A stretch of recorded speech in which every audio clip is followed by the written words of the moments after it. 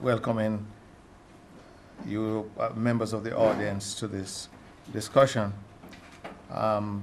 Damien's presentation that's contained in the document, I think, which you've been handed, and I'll come back to that in terms of some comments. I don't know really why I was asked to comment on it. I don't really know too much about this area.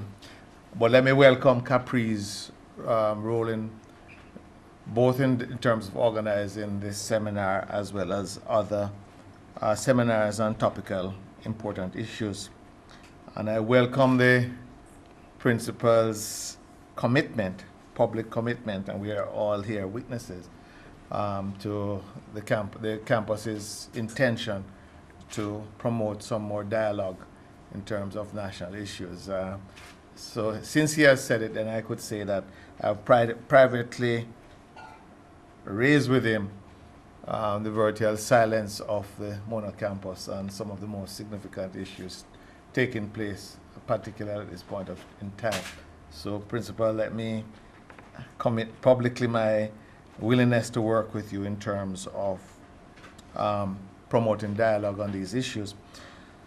I welcome this, and I welcome CaPRI's sponsorship of this presentation, because much of discussion on serious issues in Jamaica for some time now, but particularly now, is partisan political, not political, because I have certain, I strongly defend a political analysis, but partisan political and sort of trite expressions. And I will come to one of my concerns about Damien's analysis in terms of its omission of issues other than economic.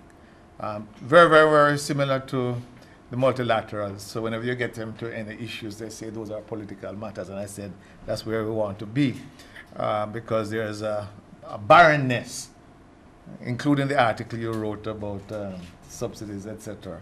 And I see your colleague Peter John here. There's a barrenness in terms of the restriction to such issues. And I'll come back to that. But I lament the low level of public debate, including the Sunday papers' attempts at raising some of these issues. And because we seem to be we seem to have the knack of always missing some of the more fundamental issues as we seek to score points. But the situation is even more critical in that the recent debacle, and we still haven't been able to assess the full impact in terms of the foreign exchange trading schemes, demonstrates the extent to which not just working class people, but highly educated people were able to be suckered into the notion that somehow somebody knew something about foreign exchange trading which nobody else in the world had discovered.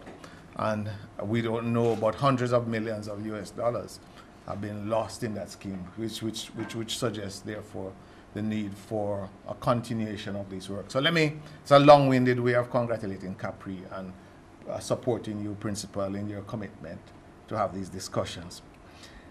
Young Mr. Collister just showed me a letter. This issue is not new. And he showed me a letter I'd written 8 years ago outlining my objections or posing questions to the issue of a fixed exchange rate. And actually, I was quite impressed with the clarity and analytical rigor of that letter. You should probably, yes. So I'm not going to add to it. I'll leave that to him. I think that's going to be the heart of his presentation.